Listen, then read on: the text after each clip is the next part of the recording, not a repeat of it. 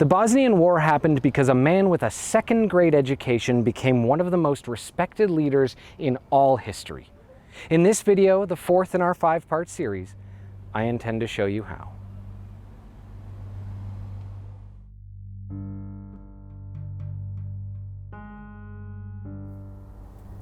Josip Broz Tito believed in Yugoslavia. He believed in the unity of his people. Well, so long as those people were communist anyway. The story of his rise is the story of a battle against a fellow Croat for the very souls of Yugoslavia, a fascist so deeply perverse he made Himmler feel disgust. His name was Ante Pavelić, and he didn't just inflict horror, he reveled in it.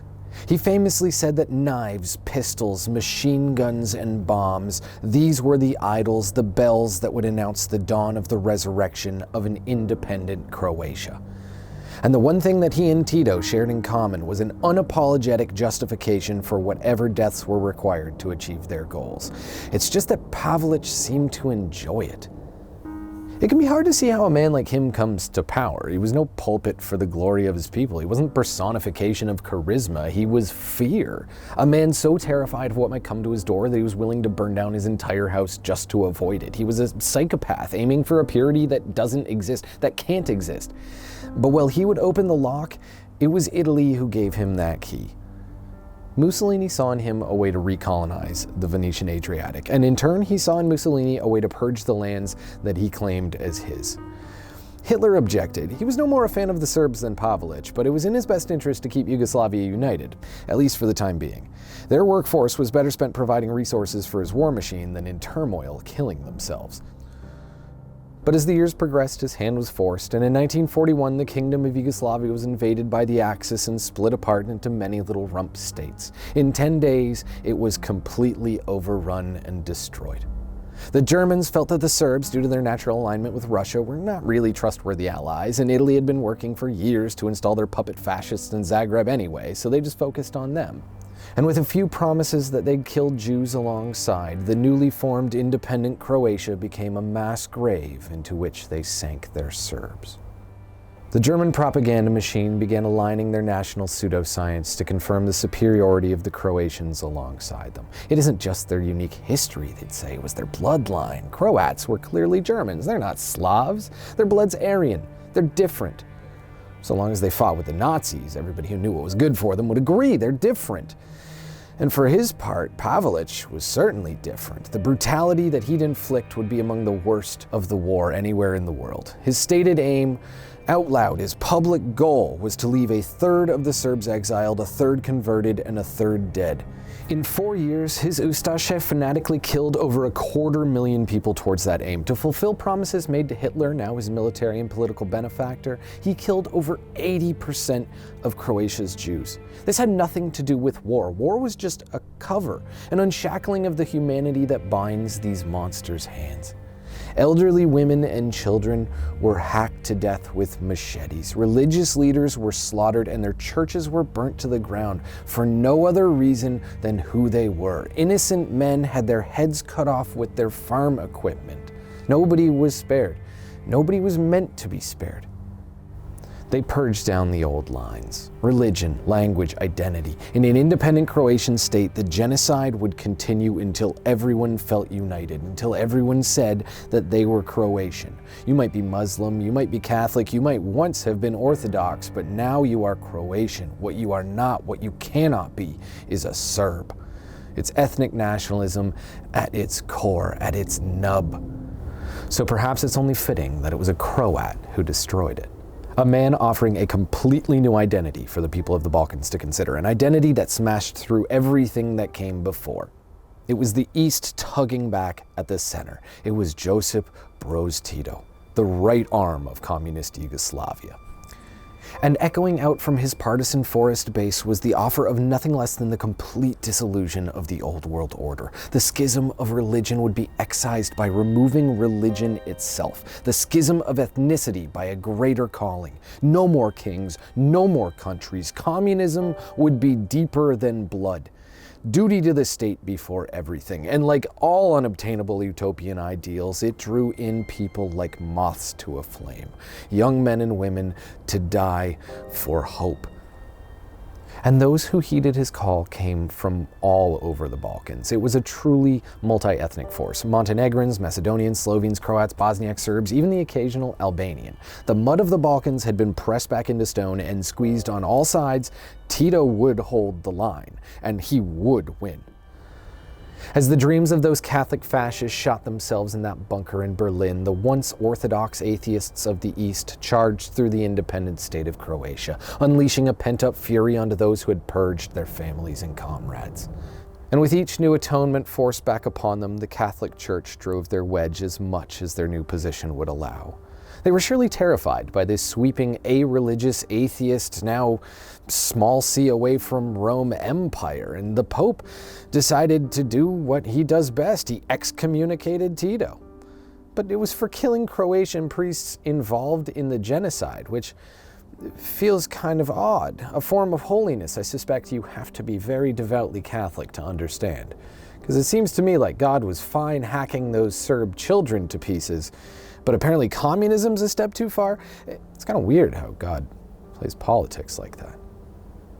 But as ever, it wasn't just the West. The pressure came from both sides. United in ideology is not united in practice. The reality of communism is not a brotherhood. Camaraderie is propaganda for the plebs. The USSR wanted Yugoslavia, not as an equal, but as a glorified colony. They wanted to steal their factories, they wanted to steal their resources.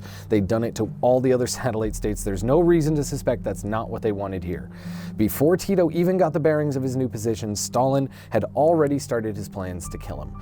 Because after all, you can't have two leaders of the same personality cult. Tito was everything that Stalin feared.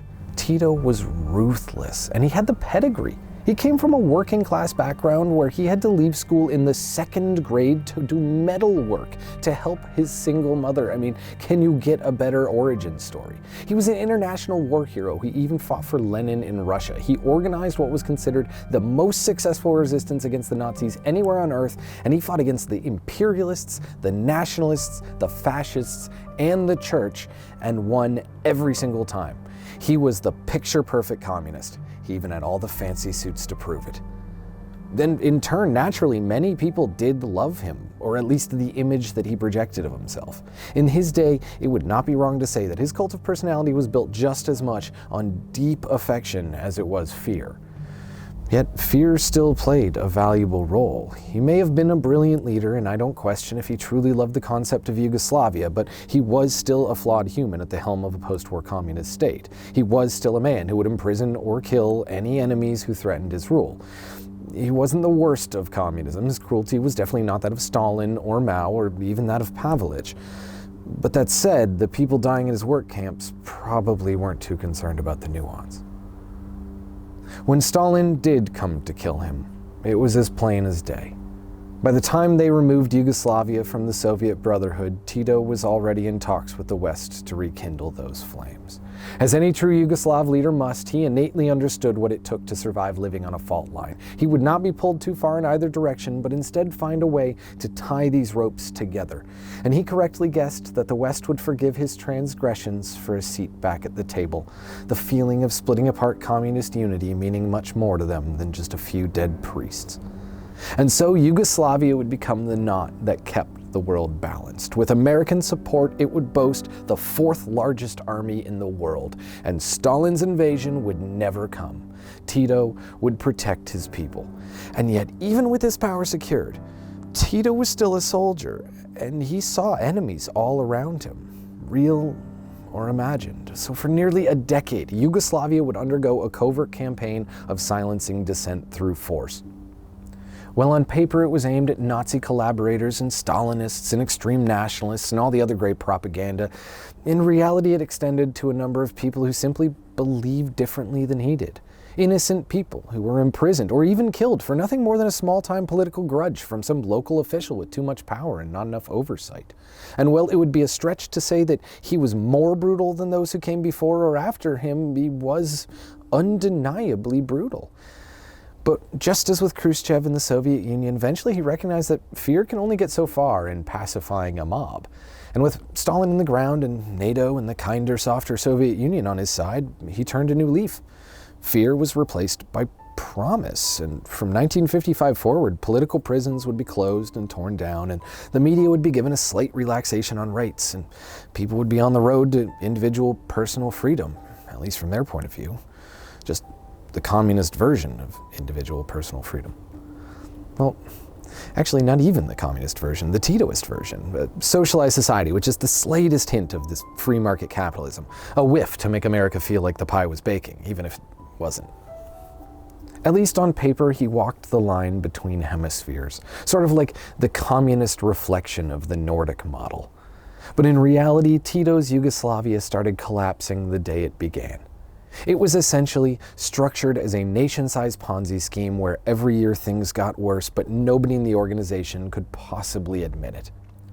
The pre-war economic backbones of Slovenia and Croatia would be forced to carry the burden of communism's failures like overweighted mules for decades, and eventually it would have to come to a head. There was just no money left. By the 1980s, as unemployment reached a full quarter of the population, Yugoslavia entered a spiral of bankruptcy that it could never hope to return from. But to his credit, it wasn't as if Tito wanted a bad economy. He just didn't know how to fix it. He wasn't some genius scholar. He was a vain soldier who didn't make it out of grade school. He was doing everything he could with the tools he understood himself to have. It's just mostly what he had was charisma.